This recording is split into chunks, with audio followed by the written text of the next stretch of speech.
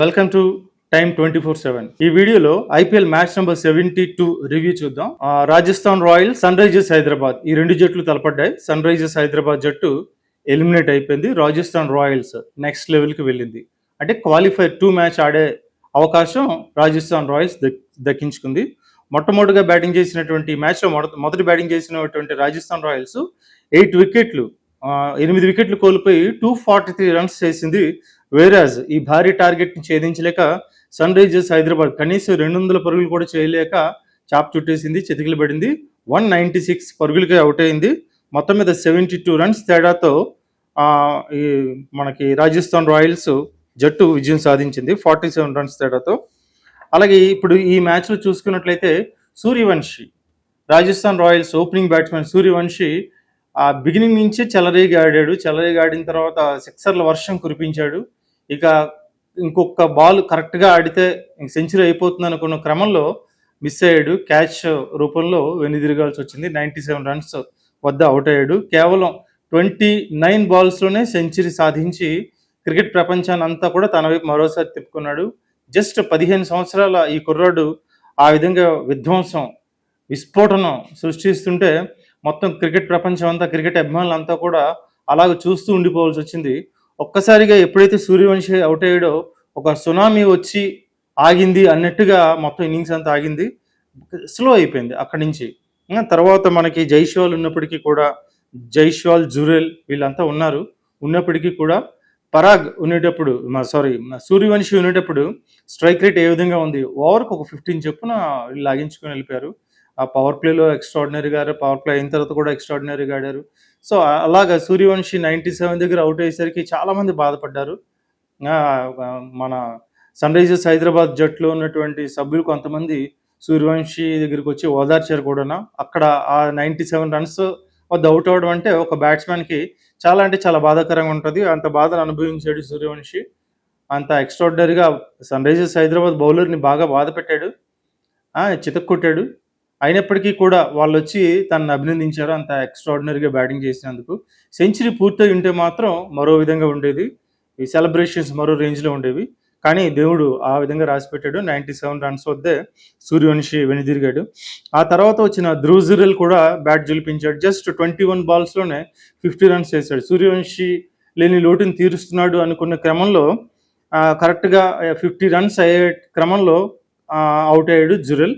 తర్వాత రియాన్ పరాగ్ కాస్త health issues ఉన్నప్పటికి కూడా రియాన్ పరాగ్ కూడా బ్యాటింగ్ బాగానే చేశాడు. జస్ట్ 12 బాల్స్లోనే 26 రన్స్ స్కోర్ చేశాడు. Ferreira 12 runs, Ravindra Jadeja 12 runs, వీళ్ళందరూ కూడా చేయడం కాస్త ఈ లోవర్ ఆర్డర్ బ్యాట్స్మెన్ కొద్దిగా మిస్మేనేజ్మెంట్ చేయడంతో భారీ ఇంకా ఒక 250, 260 దాకా వెళ్తుంది అనుకున్న స్కోరు 243 రన్స్ వద్ద ఆగిపోయింది.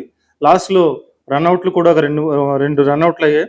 2 రన్అట్లు అవడంతో వీళ్ళ తాలూకా స్కోరు చాలా మటుకు ఇంకా భారీ స్కోర్ వెళ్ళాల్సింది, అక్కడితో ఆగిపోయింది. ఈ మ్యాచ్లో చూసుకున్నట్లయితే ప్రఫుల్ హింగే 54 రన్స్ ఇచ్చాడు, 3 వికెట్లు తీశాడు. మలింగ 40 రన్స్, 1 వికెట్ తీశాడు. శివాంగ్ కుమార్ 1 వికెట్, 19 రన్స్ ఇచ్చాడు. నితీష్ కుమార్ రెడ్డి 1 వికెట్ తీశాడు, 12 రన్స్. అయితే ఈ మ్యాచ్లో దారుణంగా బౌలింగ్ చేసింది ఎవరంటే Sunrisers Hyderabad captain Pat Cummins 64 పరుగులు ఇచ్చాడు కేవలం 4 ఓవర్లోనే, 1 వికెట్ కూడా రాలేదు. సో నిన్న ప్యాట్ కమిన్స్ అట్టర్ ఫ్లాప్ అని చెప్పొచ్చు. అలాగే హుస్సేన్ కూడా 52 రన్స్ ఇచ్చాడు, 1 వికెట్ కూడా రాలేదు. ప్రఫుల్ హింగే మాత్రం 54 ధారాళంగా పరుగులు ఇచ్చినప్పటికి కూడా 3 వికెట్లు అయితే తీశాడు. ఓవరాల్గా ఈ 8 వికెట్లు తీసిన తర్వాత 243 రన్స్కి చేరుకుంది రాజస్థాన్ రాయల్స్ జట్టు స్కోర్. ఇంకా 270, 260 కూడా వెళ్తుందేమో అని ఒక దశలో అనుకున్నాం. కానీ లాస్ట్లో సన్ రైజర్స్ హైదరాబాద్ కొద్దిగా పట్టు సాధించింది.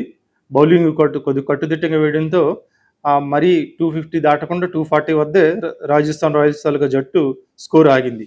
ఇక చేజింగ్లో చూసినట్టయితే భారీ స్కోరే ఇది, భారీ టార్గెట్, చాలా కీలకమైన మ్యాచ్, ఎలిమినేటర్ మ్యాచ్. ఈ మ్యాచ్ ఓడితే ఇంక ఇంటికి వెళ్ళవలసిందే. సో అటువంటి మ్యాచ్లో సన్ రైజర్స్ హైదరాబాద్ ఒత్తిడికి లోనైంది.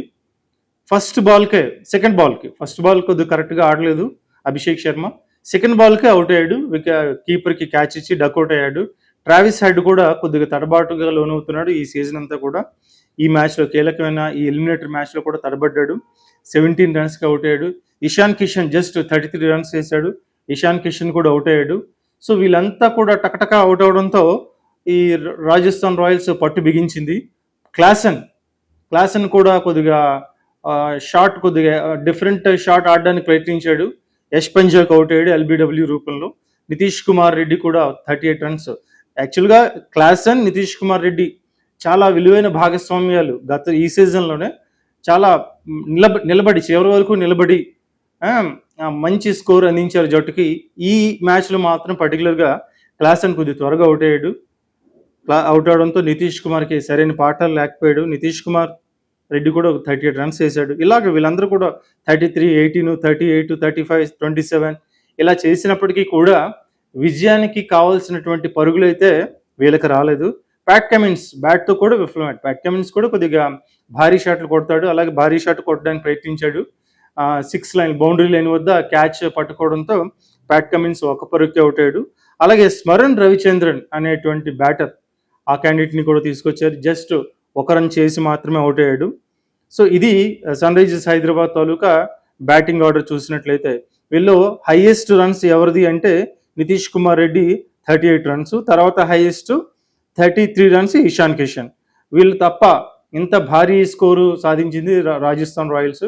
ఇటువంటి కీలకమైన మ్యాచ్లో కనీసం సన్ రైజర్స్ హైదరాబాద్ జట్టులో ఏ ఒక్కరూ కూడా 50 రన్స్ చేయలేకపోయారు. కావ్య మారన్ జట్టు యజమాని వాళ్ళ ఫాదర్ని కూడా తీసుకొచ్చింది మ్యాచ్ చూడడానికి. వాళ్ళ వాళ్ళ ఫాదర్ వచ్చారు. కావ్య మారన్ ఫేస్లో కంప్లీట్గా అసలు ఉత్సాహం అనేది లేకుండా పోయింది. కీలకమైన మ్యాచ్లో ప్లేయర్లందరూ కూడా ఏదో సాధిస్తారు. ఇప్పటి వరకు జరిగినటువంటి ఈ లీగ్ మ్యాచ్లు అన్నింటిలో కూడా ఆశించిన స్థాయిలో రాణించారు.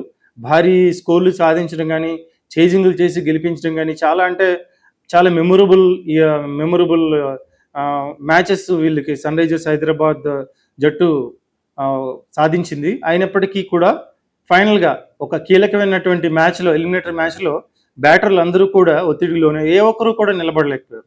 50 రన్స్ చేయలేకపోయారు కనీసం ఏ ఒక్కరు కూడా. సో దాంతో సన్ రైజర్స్ హైదరాబాద్ పని అయిపోయింది. 196 పరుగులకే అవుట్ అయిపోయింది. ఇంకా ఈ మ్యాచ్లో చూసుకున్నట్లయితే జోఫ్రా ఆర్చర్ ఒక 3 వికెట్స్ సాధించాడు. ధారాళంగా పరుగులు ఇచ్చాడు. ఒక 58 పరుగులు ఇచ్చాడు జోఫ్రా ఆర్చర్, 3 వికెట్స్. అలాగే 3 క్యాచెస్ కూడా పట్టాడు. ఇంపార్టెంట్ క్యాచెస్ కూడా జోఫ్రా ఆర్చర్ పట్టిన తర్వాత మనకి రాజస్థాన్ రాయల్స్ 4th ప్లేస్ పాయింట్ల పట్టికలో 4th ప్లేస్ సాధించడానికి కూడా జోఫ్రా ఆర్చరే కారణం. ఆ రోజు జరిగిన మ్యాచ్లో ఒక 35 రన్స్ అయితే స్కోర్ చేశాడు. ఎవరు ఊహించిన విధంగా బ్యాటింగ్ చేసి రాజస్థాన్ రాయల్స్ జట్టులో కీలక పాత్ర పోషించి ఆ రోజు మ్యాన్ ఆఫ్ ది మ్యాచ్ కూడా జోఫ్రా ఆర్చరే సాధించాడు. ఈ రోజు మ్యాచ్లో ఎలిమినేటర్ మ్యాచ్లో కూడా జోఫ్రా ఆర్చర్ 3 వికెట్స్ సాధించాడు. టాప్ ఆర్డర్లో ఉన్నటువంటి 3 వికెట్లు అభిషేక్ శర్మ కానీ, ట్రావిస్ హెడ్, ఇషాన్ కిషన్ ఈ 3 వికెట్లు కూడా ఆర్చర్ సాధించాడు. అయితే లాస్ట్లో ఈ శివాంగ్ కుమార్ మ్యాచ్ ఇంకా చేయి జారిపోయింది. సన్ రైజర్స్ హైదరాబాద్ చేయి జారిపోయినప్పటికీ కూడా ఈ లోవర్ ఆర్డర్ బ్యాట్స్మెన్ ఉన్నారు, ఓవర్లు కూడా ఉన్నాయి. సో వాళ్ళు ఇంకా పోయింది ఏముంది అనుకుని కొద్ది ధారాళంగా భయం లేకుండా బ్యాటింగ్ చేశాడు శివాంగ్ కుమార్. ఈ శివాంగ్ కుమార్ జోఫ్రా ఆర్చర్ వేసినటువంటి ఒక ఓవర్లో 6 వర్షం కురిపించాడు. సో అక్కడే 40 రన్స్ ఎంతో ఉన్నాయి ఆర్చర్కి అప్పటి వరకు. సో ఈ 3 సిక్సర్స్ శివాంగ్ కుమార్ బాధేసరికి ఓవరాల్గా ఈ 4 ఓవర్లో ఆర్చర్ ఇచ్చినటువంటి పరుగుల సంఖ్య 58కి చేరుకుంది. సో దాంతో ఇప్పుడు ఈ రాజస్థాన్ రాయల్స్లో ఎక్కువ పరుగులు ఇచ్చిన బౌలర్ ఎవరంటే జోఫ్రా ఆర్చరే. 3 వికెట్లు కీలకమైన తీసినప్పటికీ కూడా ఎక్కువ పరుగులు ఇచ్చింది మాత్రం జోఫ్రా ఆర్చరే. బర్గర్ 26 రన్స్ ఇచ్చాడు, 2 వికెట్లు తీశాడు. జడేజా 2 వికెట్లు తీశాడు. అలాగే మిశ్రా 2 వికెట్లు తీశాడు. బ్రిజేష్ శర్మకి 1 వికెట్ కూడా రాలేదు. యష్ పంజాకు 1 వికెట్ వచ్చింది, క్లాసిన్ వికెట్. ఓవరాల్గా వీళ్ళంతా కూడా సమిష్టిగా రాణించి మంచిగా బౌలింగ్ చేయడంతో వీళ్ళు మంచిగా బౌలింగ్ చేశారు. At the same time Sunrisers Hyderabad batting collapse, ఒత్తిడికి లోనయ్యారు. భారీ స్కోర్ని, భారీ టార్గెట్ని దృష్టిలో పెట్టుకునేసరికి వీళ్ళకి ఖచ్చితంగా కాస్త తడబాటుకు అయితే గురయ్యారు. ఈ తడబాటు కారణంగా వాళ్ళు భారీ స్కోర్ని టార్గెట్ రీచ్ కాలేకపోయారు. 196కే అవుట్ అయిపోయారు. అవుట్ అయిన తర్వాత 47 పరుగుల తేడాతో ఓటమి చవి చూశారు. సో ఈ టోర్నీ IPL 19th సీజన్ నుంచి సన్ రైజర్స్ హైదరాబాద్ నిష్క్రమించినట్టే లెక్క. ఇక ఈ జట్టులో ఈ మ్యాచ్ నెంబర్ 72లో విజయం సాధించడం ద్వారా రాజస్థాన్ రాయల్స్ మ్యాచ్ నెంబర్ 73 ఆడనుంది. Match number 73 in the sense qualifier 2 match, దాన్ని క్వాలిఫైర్ 2 మ్యాచ్ అనొచ్చు, ఎలిమినేటర్ 2 మ్యాచ్ అని కూడా అనొచ్చు.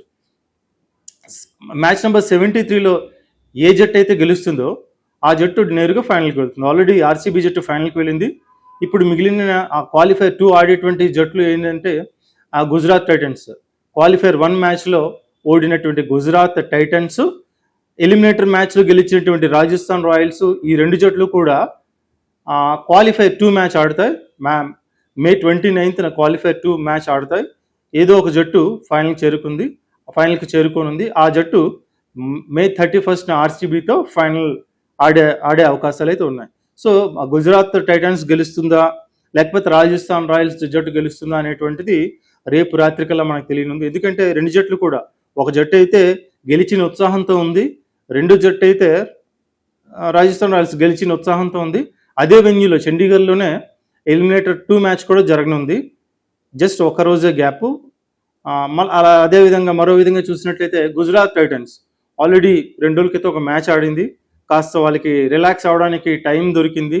ఎక్కడెక్కడైతే వాళ్ళ లోటుపాట్లు ఉన్నాయో లోటుపాట్లన్నీ తెలుసుకుని మళ్ళీ రీబౌన్స్ అవ్వడానికి చాలా మటుకు ఛాన్స్ ఉంది గిల్ సేనకు.